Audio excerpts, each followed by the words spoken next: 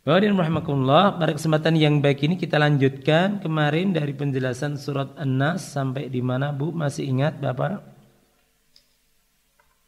Masih ingat? Sampai di mana? Ya.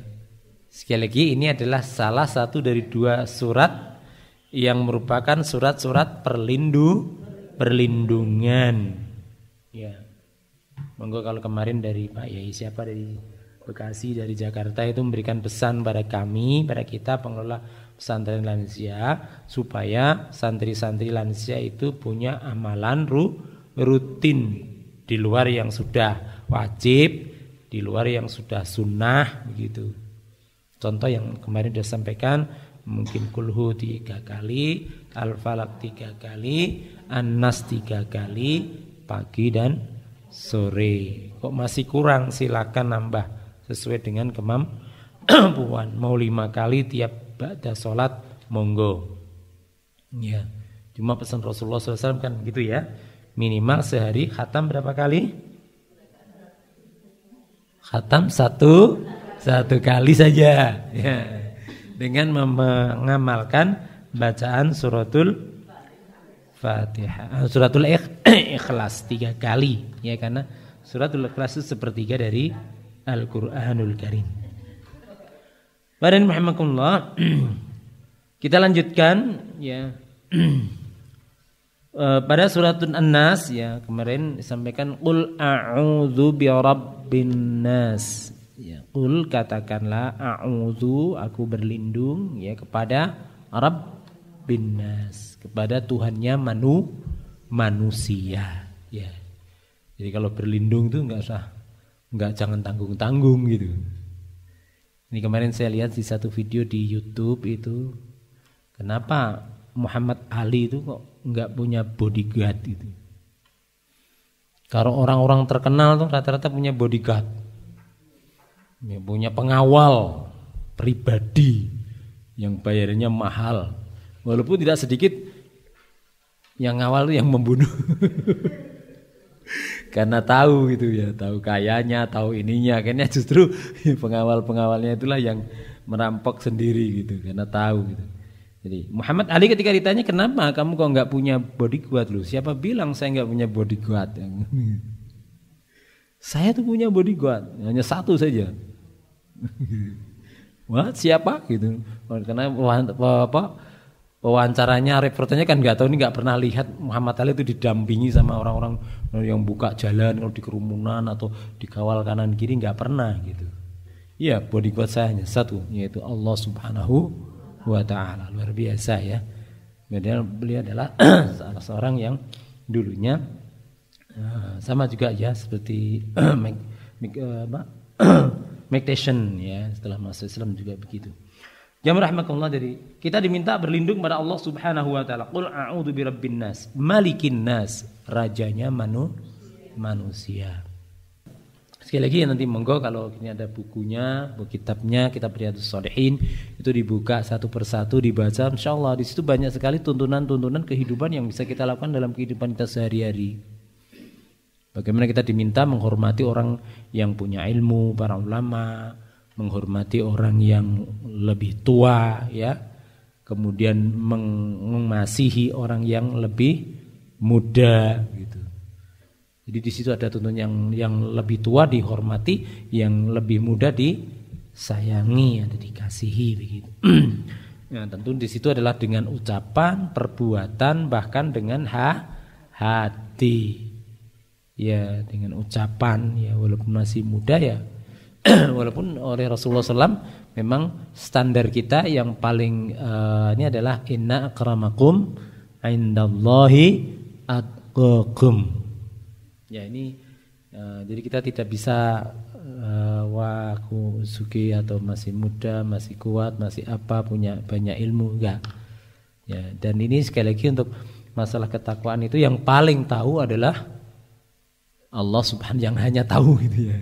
Yang tahu hanya Allah Subhanahu wa Ta'ala saja gitu. Jangan merasa kita wah amalnya sudah banyak, ilmu sudah banyak, targetnya yang dia sudah banyak, merasa paling bertawakal. Enggak. Ya, enggak. Nanti ada banyak hal ya, banyak hal. Tapi itu bagian dari sarana kita menuju ketakwaan kan begitu ya. Karena takwa itu kan melaksanakan perintah Allah dan menjauhi larangan Allah. Kita berupaya untuk melaksanakan perintah Allah Subhanahu wa taala agar apa? Ya, agar kita mendapatkan rahmat Allah termasuk orang yang bertakwa itu, melaksanakan, buat kita laksanakan gitu. Sedangkan larangan kita tinggalkan, ya. Ya. Malikin nas, rajanya manusia. Tentu raja nanti akan mengadili. Ilahin nas. Ilah itu sesembahan, ya. Sesembahan, raja, pemerintah menyembah, ya. Min syarril waswasil khannas, ya. Apa yang kita mintakan perlindungan, ya. Yang mintakan perlindungan apa? Sebagai Rabb, Tuhan, sebagai raja, ya. Sebagai penguasa, ya.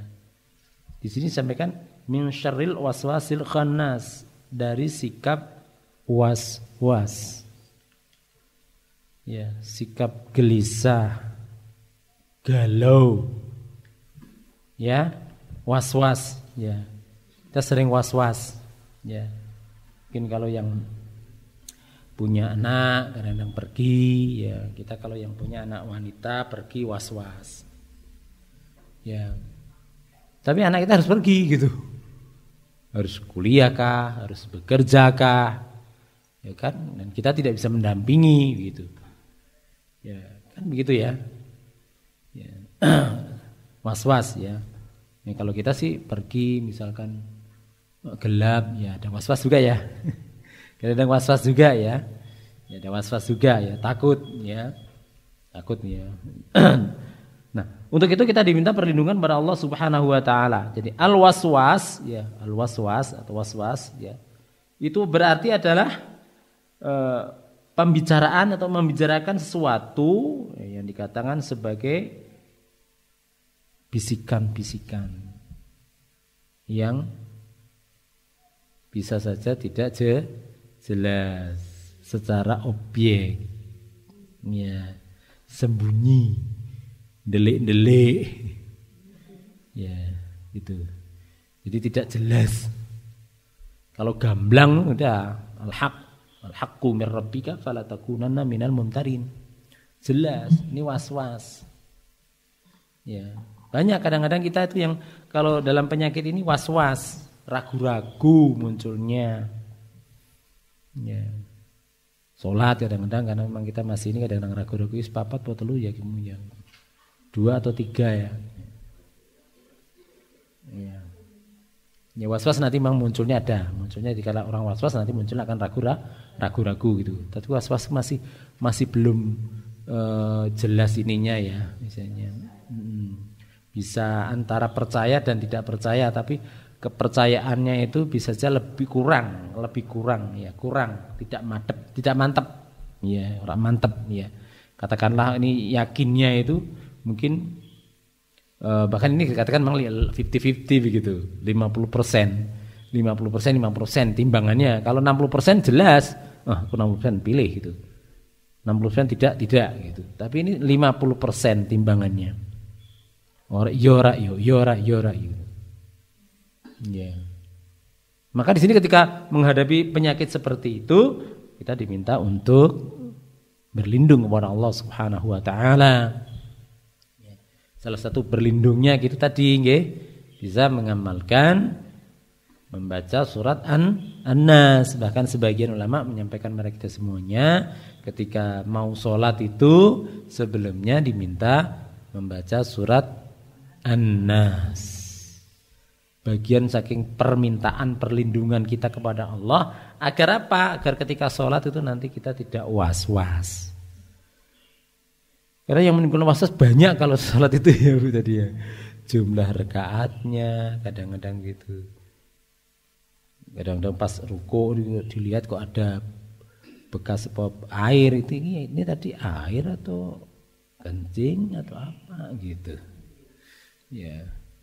Jumlah rakaat, bacaan ya, was-was ya. Was-was, belum nanti yang lain ya. pikiran-pikiran yang lain, ya. Was-was iki mesti tak kancing burung omah ya. Ya, kompornya dipateni burung ya. Gitu. Ya, begitu. Pas kadang-kadang muncul gitu. Bahkan ya terus terang kadang-kadang ya pengalaman pribadi, nyari barang gitu, buah aku waktu dicari enggak ketemu.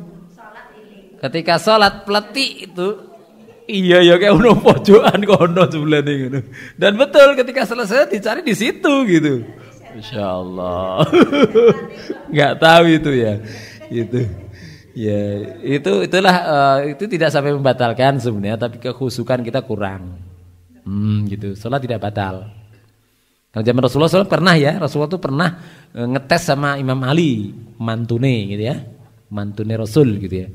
Ya Ali, bisakah engkau sholat khusyuk hanya 2 rakaat saja deh. Enggak usah banyak-banyak, enggak terlalu lama. Kalau 4 rakaat kan lebih lama nanti. 2 rakaat saja, ya. Nanti kalau kamu bisa tak hadiahi sorbanku. Mau yang warna merah, mau yang hijau gitu ya. Jadi mau dihadiahin itu. Jadi Rasul milih yang mana hadiahnya? Yang hijau ya Rasul gitu. Jadi sholatnya masih mikir sorban yang hijau lebih bagus kayaknya gitu ya. Gitu. Nah itulah diantaranya, diantara yang di situ ya. Jadi ternyata emang tidak bisa jadi masih kayak. Tapi bagi kita kemudian sholat nggak bisa khusyuk ya sudahlah, nggak sholat saja gitu. Jangan begitu ya.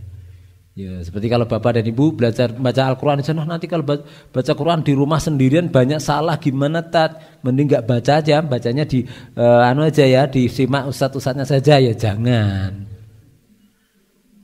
Nanti kalau pas nggak ngaji bacanya di sedikit gitu. Di rumah tetap harus baca, walaupun ada keliru ada salahnya, ya, nggak apa-apa gitu. Syukur-syukur ada yang nyimak kalau syukur-syukur gitu. Misalkan cucunya, anaknya apa. Tapi kalau nggak ada terus baca, nanti jenengan belajar di sini ternyata iya kemarin baca saya itu ternyata nggak tepat, nggak pasti masih salah. Berarti itulah insya Allah gitu. Nanti besok kalau di rumah diulangi lagi ketemu bacaan itu menjadi benar kan begitu. Jadi seperti itu. Jadi oleh karena itu nanti bagi bapak dan ibu termasuk santri baik yang mukim maupun non mukim, selain mutaba'ah ada setoran binadhar ya. Binadhar itu setoran yang dengan ustadz itu ada mutaba'ahnya sendiri, ada kartu prestasinya. Kemudian setoran hafalan. Hafalan ini penting bapak dan ibu. Walaupun panjenengan sudah sepuh lah, udah ngapalke bareng angel gitu. Susah ya, tapi hafalan itulah yang nantinya akan bisa menjadi wirid kita gitu. Walaupun memori oleh Allah gampang, kalau Allah itu mau mengeluarkan gampang, nanti di yaumil akhir atau di alam kubur memori akan diungkapkan ya Allah dulu pernah saya baca, pernah saya hafalkan. Baca hafalan cuma surat Al-Ikhlas saja enggak masalah ya. Qul huwallahu terus diulang-ulang terus ya. Allah sama dalam dia terus gitu. Enggak apa-apa gitu. Anas kok yang hafal Anas Al-Falaq ya enggak apa-apa gitu. Ya kalau bisa kan lebih banyak kan lebih baik. Ya. Itu jadi kenapa agenda hafalan tetap walaupun bamba karena yang pertama itu ya yang jelas persiapan kita untuk di akhirat nanti ya bahwa hafalan itu menjadi satu hal yang penting karena itu yang tertanam ya. Dan itu salah satu dari upaya Allah Subhanahu wa taala menjaga Al-Qur'an.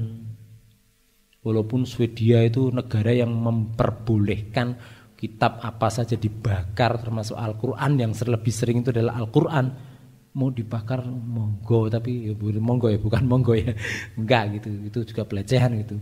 Kalau mereka bisa membakar mau dibakar semuanya, Al-Qur'an tetap tidak akan hilang karena tidak hanya ribuan jutaan orang yang sudah menghafalkan Al-Qur'an gitu.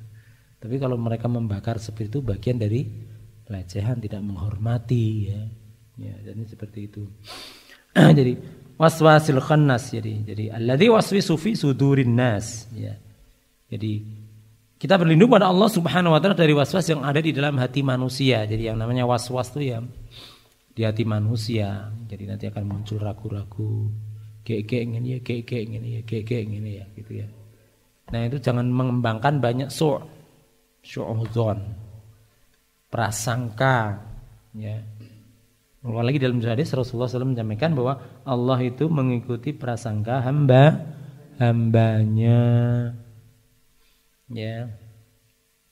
Sehingga adab-adab dalam kehidupan itu banyak. Contoh tadi ya, kalau kita alhamdulillah diberi Allah rahmat tuh sergap nengok orang sakit, salah satu adab yang perlu dicermati adalah ya selain keikhlasan itu omongan kita ya. Nak ditanya orang piye mau wah wis tele-tele surah didoyo opo-opo wis ya memang betul gitu. Cuma kita tidak boleh begitu gitu. Ya. Ya kalau kita apa adabnya? Pokoknya tanya alhamdulillah sih sudah baik sih, sudah lebih baik sih gitu. Jadi sudah lebih baik. Lebih baik memang lebih baik sehat bisa, lebih baik lebih baik. Orang tuh dalam kondisi seperti itu Allah mengambil kemudian meninggal tuh lebih baik. Sehingga bagi orang yang soleh itu ya ketika meninggal itu sudah cukup untuk itu. Yang bermaksiat maka berhenti sudah gitu. Dari bermaksiatnya kan tuh enggak nambah-nambah lagi gitu. Nanti kalau sudah sehat nambah lagi malah gitu. Ya gitu.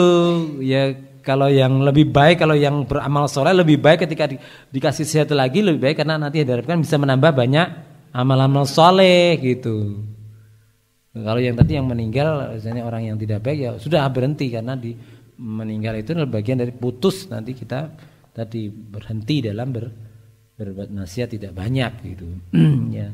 Bagi seorang muslim ketika dia beriman pada Allah bermaksiat nanti kan tetap ya dia akan masuk surga tapi karena maksiatnya sudah di stop seperti itu ya nanti selesai dia dihukum di neraka udah akan diangkat oleh Allah SWT di surga kan begitu.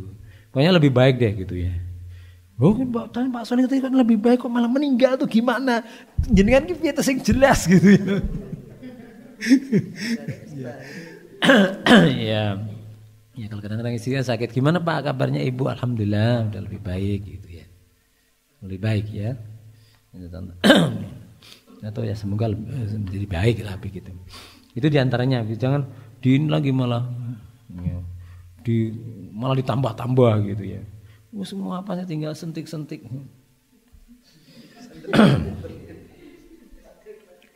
Jamaah rahmatullah dari was-was seperti itu. Jadi sudurin nas ya tersembunyi. Jadi dari perkataan-perkataan yang tersembunyi ya. Ya. Sehingga jangan sampai kita juga menjadikan orang itu was-was karena kita ya ngomong-ngomong kayak was-was malah orang was gitu aku nak lewat kene kok wong ibu bodoh ngomong-ngomong ya padha ngrasani aku yo. Itu was-wasnya. Walaqad khalaqnal insana wa ta'lamu ma tuwaswisu bi nafsuh ya. Dan sungguh kami telah menciptakan manusia dan mengetahui apa yang dibisikkan oleh hatinya. Ya Allah sudah tahu nih yang sering menjadikan was-was menghati kita ya. Hati kita ya menjadi was-was ya. Ya. Nah ini tidak dalam hal ini dalam ibadah itu tidak boleh kita was-was begitu. Pokoknya bismillahirrahmanirrahim ya. Kalau doa yang ini bismillah tawakkaltu 'ala Allah la haula wala quwata illa billah. Yakin gitu. Jadi kalau ada apa-apa nanti bismillah pokoknya saya tadi sudah bertawakal pada Allah. Sudah bismillah tawakkaltu 'ala Allah la haula wala quwata illa billah. Yes, pokoknya nanti begitu ya. Nanti yang di rumah sudah gitu. Karena sebagian kalau ya Allah yang di rumah sudah tak titipkan dengan panjenengan gitu. Seperti hanya keyakinan Abu Bakar As-Siddiq radhiyallahu an. Ya. Ketika diumumkan ini perlu dana umat Islam dalam untuk berperang atau untuk berjuang fisabilillah, maka digalanglah dana infak, berbondong-bondong, ada yang mikul apa, ada yang apa dan sebagainya kurma begitu. Nah, kalau Abu Bakar juga bawa semuanya Pak. Umar separuh, Umar lebih kaya jadi separuh dari hartanya, masih lebih banyak dibandingkan miliknya Abu Bakar. Tapi Abu Bakar apa? Semuanya, ya, semuanya Ditanya lah kok kenapa kok semuanya iya? Lah, untuk keluargamu gimana? Saya sudah titipkan pada Allah Subhanahu wa taala. Saya serahkan gitu. Keyakinannya seperti itu gitu. Keyakinan terhadap. Nah, bagaimana kemudian ketika kita menghadapi kondisi kita yang ya memang was-was. Ya kita kan punya was-was ya. Ya tadi banyak hal. Terutama tadi kalau pengetahuan kita itu separuh-separuh. Ya, juga ketika tidak mengetahui, kalau separuh-separuh kan begitu. Ya, jadi kondisi was-was ini sangat berbahaya. Dan saat ini banyak digunakan orang-orang dengan penipuan-penipuan itu ya. Itu kan dibuat was-was dulu. Bu, ini anak panjenengan itu kecelakaan ini segera ini transfer agar bisa untuk pembiayaan di rumah sakit sekian. Ya. Kalau enggak bisa nih kirim rekeningnya gitu. Seperti itu. Jadi karena tahu, apalagi tahu anaknya sedang pergi tadi gitu. Akhirnya was-was ya. Karena kondisi was-was itu terus dibuat was-was akhirnya yakin bahwa apa yang sebenarnya tidak terjadi itu menjadi yakin. Akhirnya banyak yang tertipu ya. Was-was yang dibisik-bisik iya gitu. Makanya bagaimana kemudian untuk menjadikan kita ya memang kembali untuk bisa yakin keluar dari was-was, yang pertama ilmu ya, keyakinan yakin itu dengan ilmu ya, ilmu. Walaupun nanti ada yang kedua adalah iman, bahwa yakin ada Allah ya, dan yang kedua ada ilmunya gitu. Ya, jadi kalau apalagi kalau misalkan nanti ada was-was dengan berita-berita anaknya kecelakaan dan sebagainya, anteng dulu. Ya, dengan kapan inna lillahi wa inna ilaihi rajiun dulu gitu ya. Insya Allah kalau kita ingat pada Allah nanti akan jadi ini ya. Yakin langsung dan informasi diperjelas gitu ya. Di mana, kapan, kalau perlu saatnya ada tolong video call-kan, kalau perlu ya tolong ditunjukkan videonya kayak apa anak saya gitu. Ya, seperti itu. Ya, jadi yakin dulu, yang kedua adalah dengan ilmu. Ilmu apa? Ya tadi ditunjukkan dulu ya. Ya, walaupun memang tidak mudah juga ya. Kemarin di tetangga puskesmas itu sampai kehilangan sekian puluh juta ya karena tadi ditipu. Itu was-was, jadi yakin ya. Kemudian yang kedua adalah memang dengan ilmu, ya diketahui dulu, ditelusur dulu, ya. Ya kalau di tingkat kesehatan kan, kalau sedang was-was ambil nafas dulu, oke lah. Kalau malam kita takut ya ambil nafas dulu, berdoa kepada Allah Subhanahu Wa Taala agar keyakinan kita nambah, ya. Kemudian kalau di sini, kalau di daerah-daerah ini kan ada insya Allah aman. Kita sudah tahu kalau di daerah-daerah ini kan kita sudah, Pak di sini kalau malam aman ya Pak, aman Pak, siap. Gitu kan. Jadi kalau aman ya sudah, Bismillah gitu. Oh nggak takut tuh Pak sama apa gendruwo atau apa gitu. Nah itu yang susah itu. Kalau udah takut itu kan kalau nggak ditemani nggak berani. Iya, padahal itu tadi was-was ya munculnya ya. Padahal juga di mana-mana ada jin itu sebenarnya gitu. Di mana-mana itu ada gitu. Nah, oleh karena itu kemudian bismillahirrahmanirrahim. Qul a'udzu birabbin nas, malikin nas, ilahin nas, min syarril waswasil khannas alladzi yuwaswisu fi sudurin nas minal jinnati wan nas. Bukan berarti enggak ada rasa takut, enggak ada rasa, tapi waswas itu harus ditepis harusnya ya. Ya mohon maaf kalau saya pulang di sini kan kemudian melewati beberapa makam gitu. Ya. Kalau saya dulu pernah di almarhum Ustaz Jarkon itu sampai nanti kalau sampai di itu ngebel ya Pak gitu. Lah ngebel sama siapa Bu gitu. Ya yes, pokoknya ngebel gitu. Lah ngebel siapa? Kan harus jelas saya gitu. Jangan asal ngebel gitu. Iya. Jadi kalau mau sampai makam Selanceng itu, kalau di sejarah kenal almarhum itu kan ada namanya makam Selanceng gitu ya. Turun memang teman suruh ngebel gitu. Tin tin tin tin. Kalau saya sih oke ngebel karena itu memang jalannya adalah belokan.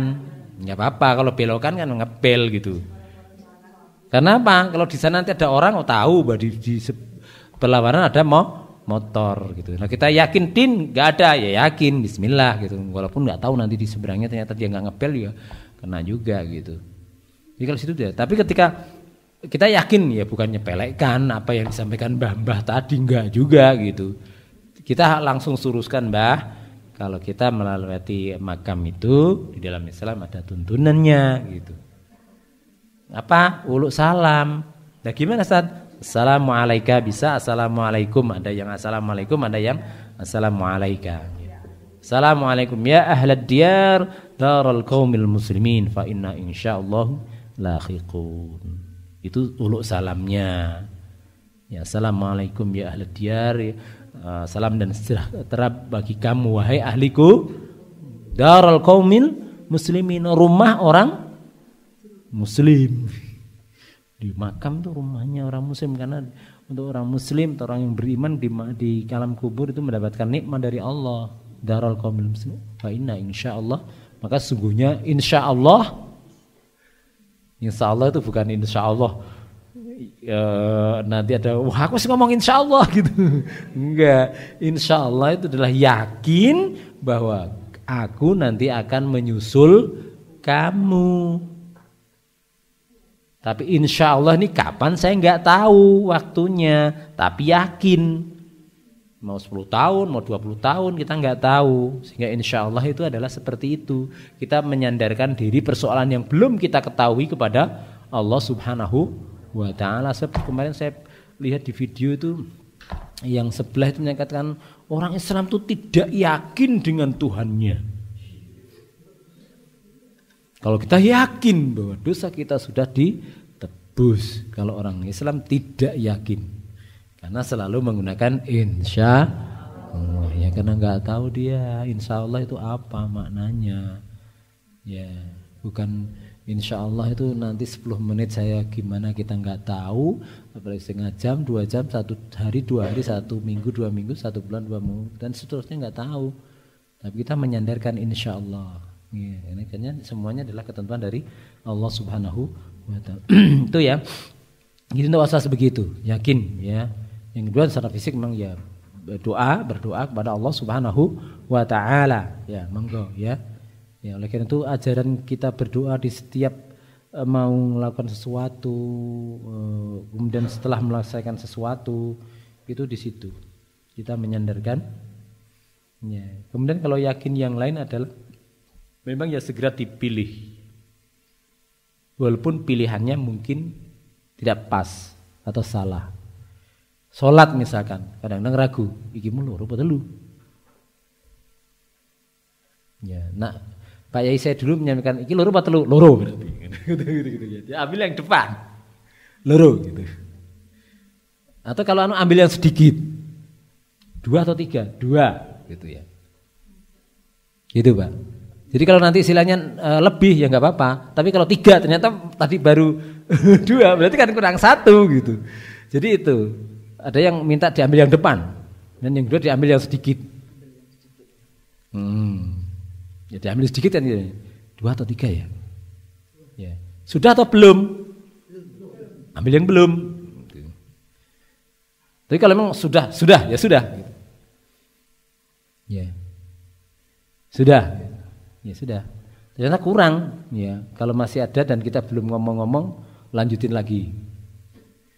Jadi suatu saat ada seorang yang sholat itu sudah yakin 3, tapi yang di belakang mengingatkan, Pak tadi sholatnya baru 3, masih kurang 1. Ya sudah belok dia sebenarnya sudah. Tapi karena begitu ya langsung balik lagi. Allahu Akbar, lanjutin 1 rakaat lagi, salam lagi, itu boleh.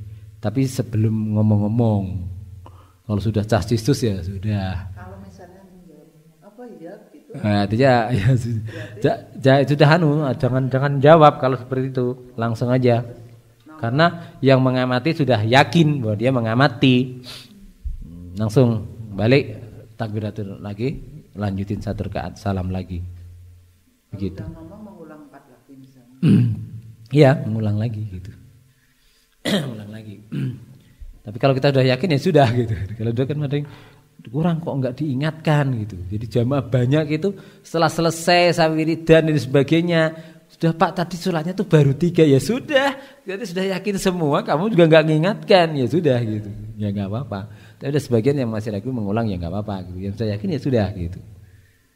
Ya karena tadi mestinya jangan takut mengingatkan karena kita itu ya Rasulullah SAW kalau waktu mungkin kurang atau salah waktu itu kan memang disengaja oleh Allah untuk nanti menjadi pelajaran bagi kita. Nah, kita tidak setingkat Rasulullah banyak lupanya ya sudah gitu. Ya. Ya pernah saya itu terus terang jadi imam waktu itu sudah yakin gitu, tapi makmumnya yang nggak yakin, bingung gitu. Satu mengingatkan kurang, setelah saya naik gitu, satu mengingatkan subhanallah lagi ya. Maka bagaimana? Imam langsung mengambil keputusan ya, saya tetap lanjut lagi sebagaimana pengingatan yang pertama itu kalau yang imam. Lanjut, tadi diingatkan loh ini berarti tadi kita sholatnya 5 kali ya nggak apa-apa. Karena tadi sudah diingatkan, walaupun satu ada yang mengingatkan lagi ya. Ya karena tadi makmumnya juga ada yang tidak ingat, jadi ya sudah gitu. Imam lupa. Kalau 3 rakaat, kemudian sama, tapi imam sudah yakin bahwa itu 4. Tetapi makmum tidak mengingatkan dengan subhanallah, tapi melanjutkan rakaat yang terakhir. Lanjutkan sendiri makmum. Seolah ketinggalan, ya nggak begitu. Artinya makmum itu bertanggung jawab untuk mengingatkan, sedangkan imam itu untuk diikuti. Kalau imamnya salam kok jenengan nggak salam itu berarti nggak mengikuti imam. Nah kalau salah tadi ya tolong diingatkan, jangan menjatuhkan orang ke neraka sendirian kan begitu ya nggak boleh. Artinya kalau seperti itu kita membiarkan Pak Imam jatuh ke neraka sendirian, ya nggak boleh gitu ya. Jadi kok wah aku nganu dhewe, kecuali kalau sudah diingatkan kemudian tidak, itu berbeda ya, tidak dengarkah atau apa gitu. Itu berbeda. Ya. Seperti itu. Jadi contoh itu kenapa di dalam Islam gitu, di dalam sholat jamaah itu walaupun kita sedang menghadap Allah itu ritmenya, iramanya masih mengingatkan dan sebagainya itu masih berjalan. Itu sebuah kehidupan yang luar biasa. Beda kalau di agama yang lain sedang bla bla bla bla diingatkan barangkali kan marah, tapi di Islam enggak boleh marah gitu. Diingatkan tapi jangan dibiarkan. Oleh karena itu Rasulullah SAW bahkan tuh dalam hadis tolonglah saudaramu yang dianiaya dan yang menganiaya, Pak. Loh. Sahabat bertanya, kalau yang dianiaya sih saya paham ya Rasul, saya harus tolong gitu. Tapi yang menganiaya, dia mendolimi, mosok saya harus tolong gitu. Coba, karena pikiran kita waktu itu nggak nyanda gitu. Ya, tolonglah saudara. Kalau yang dianiaya jelas ditolong secara fisik, mungkin apa-apa yang lain gitu.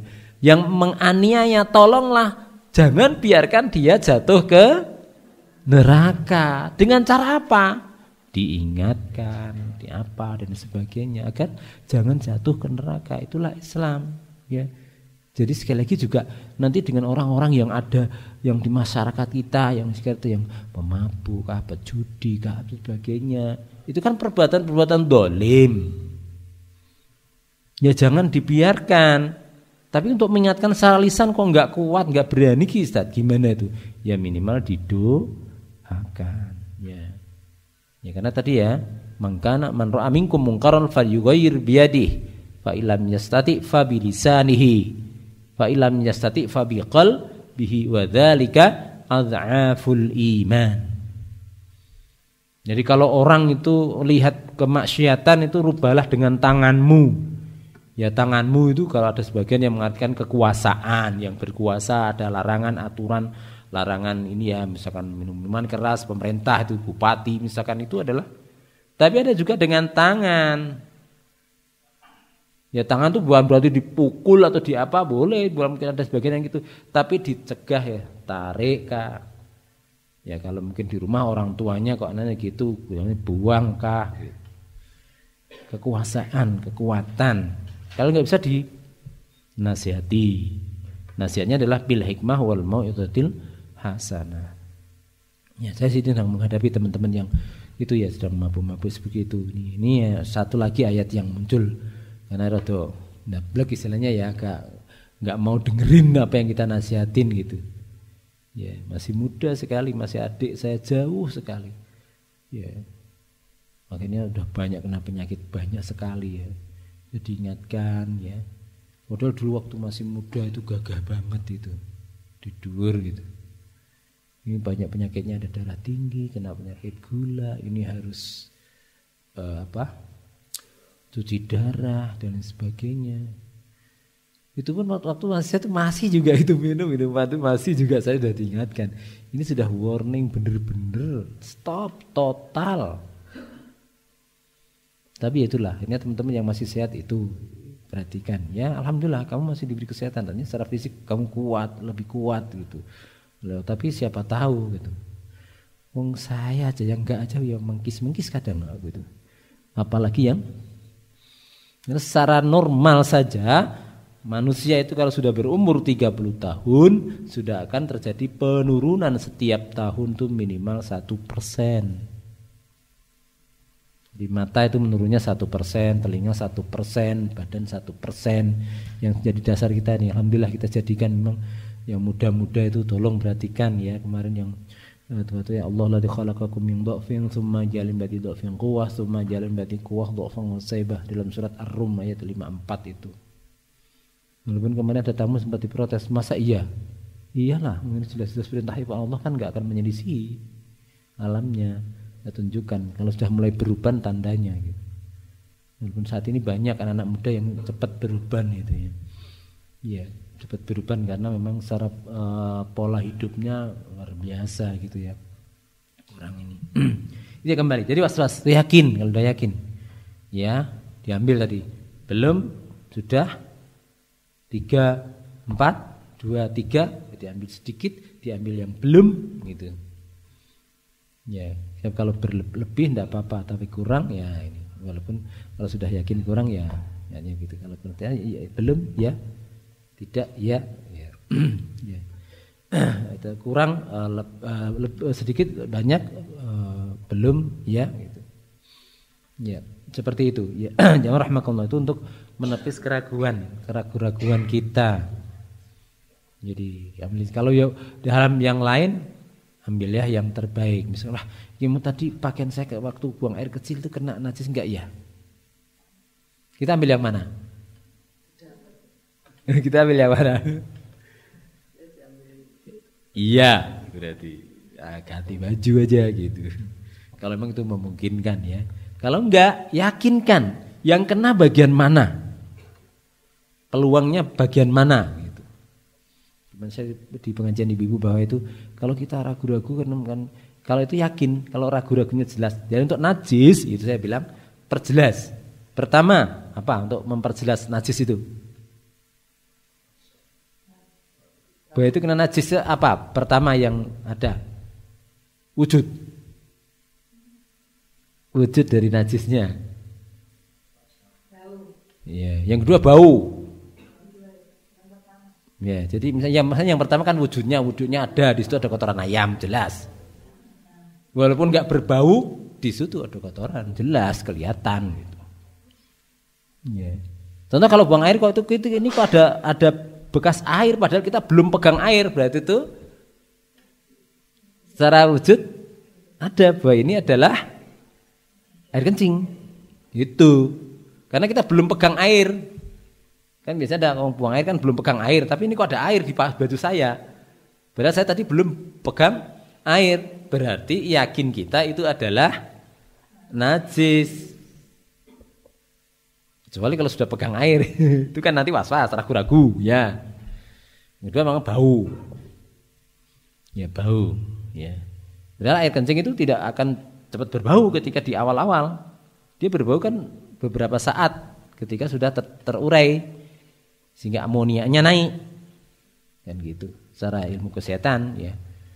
Bau kemudian yang tiga rasa, tapi rasa jangan dilakukan, dirasain gitu ya. Ya kalau warna boleh, ada warna nanti ya, warna jadi kalau air banyak kalau sudah warnanya sudah berubah apalagi ditunjang dengan bau ya, Ya, itu contoh begitu. Itu untuk keyakinan kita. Jadi agar nanti diyakinkan. Nah, kalau sudah yakin bahwa ini atau bahkan ragu-ragu ini tadi air atau kencing, ya sudah dianu aja, cuci. Ditipiskan kalau orang ya. Kenapa dalam Islam itu ada istilah ketika tidak ada air kemudian istinja itu bisa dengan daun batu yang bisa itu mengurangi, menipiskan najis. Tidak total 100% bisa seperti air karena yang terbaik memang air. Tapi kalau nggak ada, maka istilahnya kalau orang Jawa bilang peper ya. Diganti dengan barang yang bisa mengusir. Kalau ada tisu, ada daun, kalau di lapangan ada dulu zaman Rasulullah batu gitu. Walaupun Rasulullah tidak boleh menggunakan kotoran yang sudah kering. Karena najis tidak bisa dibersihkan dengan kotoran walaupun sudah kering. Dan kotoran onta yang sudah kering digunakan untuk itu nggak boleh. Kalau batu boleh. Ya contoh itu kalau tidak ada terpaksa gitu. Ya. Walaupun kalau di luar negeri yang gedung-gedung tinggi itu pakainya tisu. Mereka ngirit air gitu. Karena air lebih mahal, sementara tisu tidak gitu. Nah, gimana kita? Ya sudah gitu.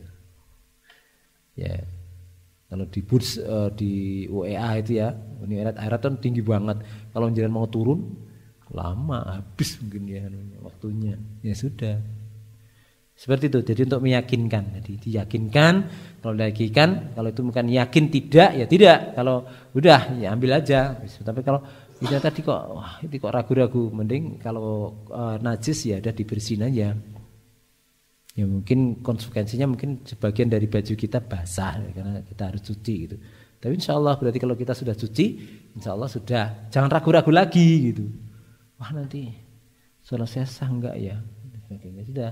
Kalau sudah dicuci sebagaimana yang kita tahu cara mencuci atau ditipiskan terkait dengan najis ya sudah yakinlah Bismillah sholat gitu. Itu yang terkait dengan was-was. Jadi jangan dikembangkan terus was-wasnya itu. Ya, jadi nanti ragu-ragu terus. Sebab kadang-kadang ada yang bolak-balik. Kenapa kok yang bolak-balik gitu? Nah, saya tadi ragu-ragu, setelah saya tadi kena kencing enggak ya? Gitu. Mau lagi balik lagi gitu. Atau ada yang Allahu Akbar. Berapa kali itu? Oh katakan kalau saya di dekatnya biasanya langsung tak tepuk gitu.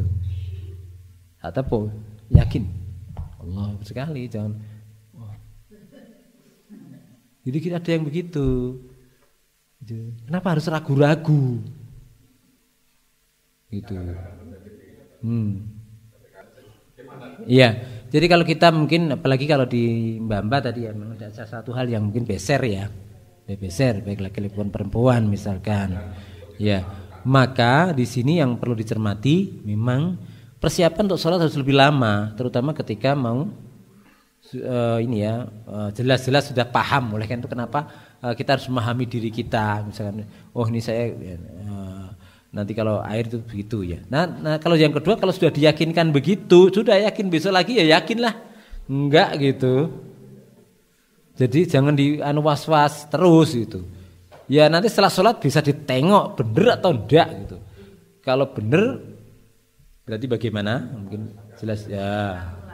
Nah setelah itu bagaimana persiapannya lah, inilah perlunya ilmu kita ya. Jadi nanti kalau buang air kecil itu ya agak lama, agak jauh dengan waktu sholat gitu loh kan begitu. Karena memang ada terutama secara khusus yang laki-laki itu kan ada yang hiperploti prostat itu kan memang buang air kecilnya memang tanda-tandanya tidak tuntas gitu. Itu jelas ya. Ada lagi yang nanti gimana Pak kalau sudah sampai tidak bisa ya. Ya udah kalau sekarang ada teknologi pampers pakai pampers. Ya gimana kalau ya sudah. Tetap aja sholat gitu. La yukallifullahu nafsan illa wus'aha. Sebab kalau enggak waktunya enggak cukup, mungkin dalam 1-2 menit itu tetap keluar dan sebagainya ya sudah gitu. Atau yang di dalam kesehatan memang ada prosedur di kateterisasi. Orang kateterisasi kan kalau kateter kan nanti ditekuk dulu gitu. Ditaleni dulu agar enggak keluar. Setelah itu nanti dibuka lagi dia keluar lagi. Dan ketika di kateter itu kan tidak lagi terkontrol, mesti akan keluar sebesar sebanyak apapun atau sedikit apapun itu. Seperti itu. Jadi diyakinkan. Kalau sudah yakin ya sudah, walaupun nantinya aku yakin loh, walaupun jelas-jelas ya jangan gitu. Kalau misalkan sudah memang jelas-jelas keluar ya sudah gitu berarti batal gitu. Boleh misalkan kok ini kok keluar kayak keluar, ya sudah, memang saat itu kita batalkan, mundur ke kamar mandi, tengok bener enggak. Kalau ini bener berarti, nah besoknya lagi persiapan ketika mau sholat itu buang air kecilnya harus jauh-jauh dari sholat itu. Sejauh apa lah, ini yang kita yang bisa merasakan. 1 jam, setengah jam, 1/4 jam, ya. Karena itu tadi, karena untuk yang berpenyakit hipertrofi prostat itu memang buang air kecilnya tidak tuntas gitu. Itu yang kita alami dulu bapak saya, bapak mertua itu mengalami semua seperti itu. Gimana Pak Yasin nih kalau saya kan ya kita ajarin begitu. Kalau ini ya pakai pampers. Ya bisa saja, kadang-kadang perasaan, kadang-kadang begitu. Ya, atau hal-hal yang lain ya. Itu nggih. Artinya untuk bagaimana tadi, nah, mungkin nanti di yang lain bisa bagaimana kita strategi untuk menghilangkan was-was. Yang jelas pertama harus disandarkan kepada Allah Subhanahu wa taala. Karena Allah tadi mengajarkan kepada kita untuk minta perlindungan pada, apalagi kalau itu terkait dengan hal-hal yang gaib. Ya, kemarin seperti ini corona misalkan ya. Ya, kalau kita sudah beratribut dan sebagainya bismillah gitu. Ya. Tapi di rumah itu sudah ada jelas orang yang penyakit corona ya. Kalau sudah jelas jangan, bukan ragu-ragu lagi. Ya jangan masuk di situ. Kan begitu kan sudah jelas itu, sudah yakin. Walah tak Gusti Allah enggak mari corona aku ya enggak Pak, ya enggak juga namanya itu. Itu namanya orang yang ya pada istiadat ya. Jadi jangan kemudian yakin kepada Allah, iya, tetapi Allah menghendaki kita bertawakal. Berusaha tadi ya, was-was, yakinkan. Udah yakin ya sudah. Besok lagi jangan di ini lagi. Ya, ini aja yakinkan. Ya, dengan bagaimana mengidentifikasi, mengetahui cara kita mengetahui najisnya itu tadi, wujudnya, warnanya, mungkin baunya gitu. Ada rasanya gitu. Walam bisawab. Ada yang tanyakan? Cukup? Itu ya Bapak dan Ibu. Jadi kita terkait dengan was-was ya. Kalau terkait dengan manusia nanti dalam kehidupan sehari-hari bisa nunggu, bersabar. Kemudian yang kedua klarifikasi. Ya.